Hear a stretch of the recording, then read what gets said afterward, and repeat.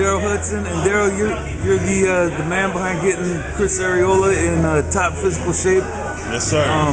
Tell me some of your background and how you came to work with Chris and Henry. Well, I've been working with boxers probably since 2000, and my background is kinesiology and exercise phys.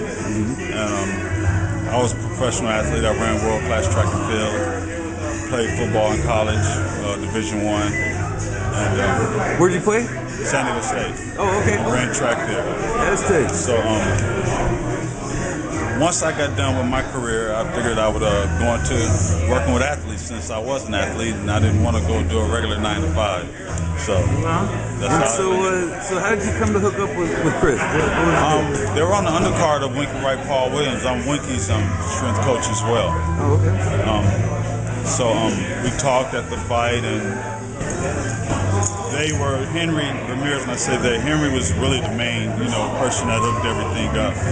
We spent some time at the fight, and we talked about conditioning and training and different, my background as far as training and some of the fighters I've worked with, and it went from there. Okay. And had you obviously been in the fight game, you've heard of Chris, but what did you think about coming into this? What did you think about Chris? And what you had to do to get him ready? Wow. Yeah. You hear all the rumors, and I was saying before about Chris, his lifestyle, what it is, you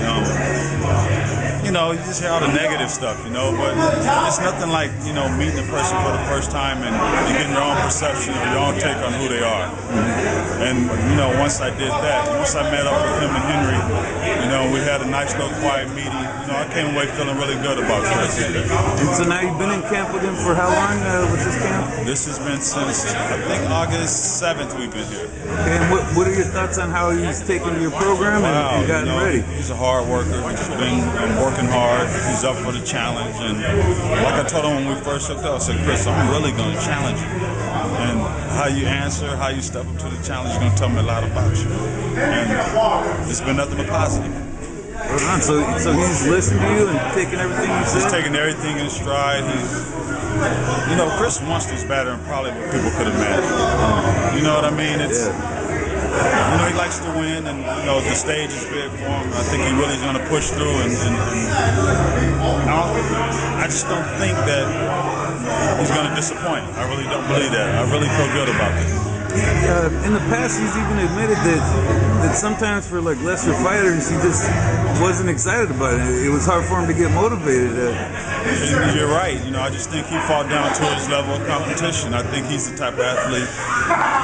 We have those type of athletes. They prepare up to their level of competition, or they compete up to their level of competition, and he has that kind of aura about him. Yeah, because it seems like when he's been up against top guys, he's had his best fight. And he's had his best fight. He's mentally on another level when it comes to that.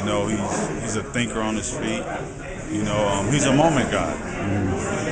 And he seems to be fun to be around too. It's very fun to be around. It's real easy going. The time has kind of flown because we've actually been having a lot of fun through the hard work. Yeah. What are some of the things you incorporated into the training? Give me an idea of what he's The first thing we had to do was sit down and go over Henry's plan that he had formulated as far as tactics for the fight.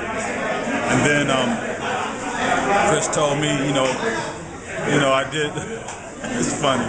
When I first sat down, he said, Darryl, I don't run. I probably run 7 miles my whole professional career. Oh, wow. Chris, we're going to run. Yeah. So we've ran.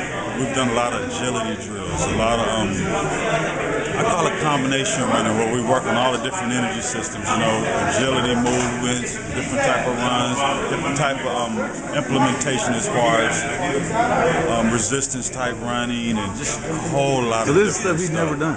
Stuff he's never done, but stuff that he can't get bored on. Yeah. You have to capture his mind and keep him focused. And so, you're talking about resistance, with the bands and stuff. Bungee cords, towing apparatuses. You got the parachute on them? I got something a little different than that. Oh, okay. It's a little tougher than that. Yeah. And so was he pretty agile? I mean, what did you think about it? Very athletic. But I knew that, in watching his fights. He's a very athletic person. And you check his background. see that he played basketball. You know he has to have some agility to play basketball. To play high school basketball for 4 years.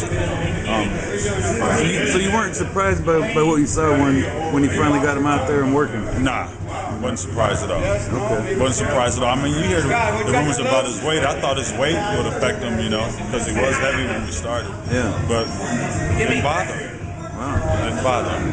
And obviously, there's no question about motivation for Vitali Klitschko. You know you got to be at your best, right? You have to be at your best, and he's highly motivated. Yeah. Right on, man. So thanks again, Darryl. Appreciate you taking the time, man. Thank you very much. Appreciate you. All right.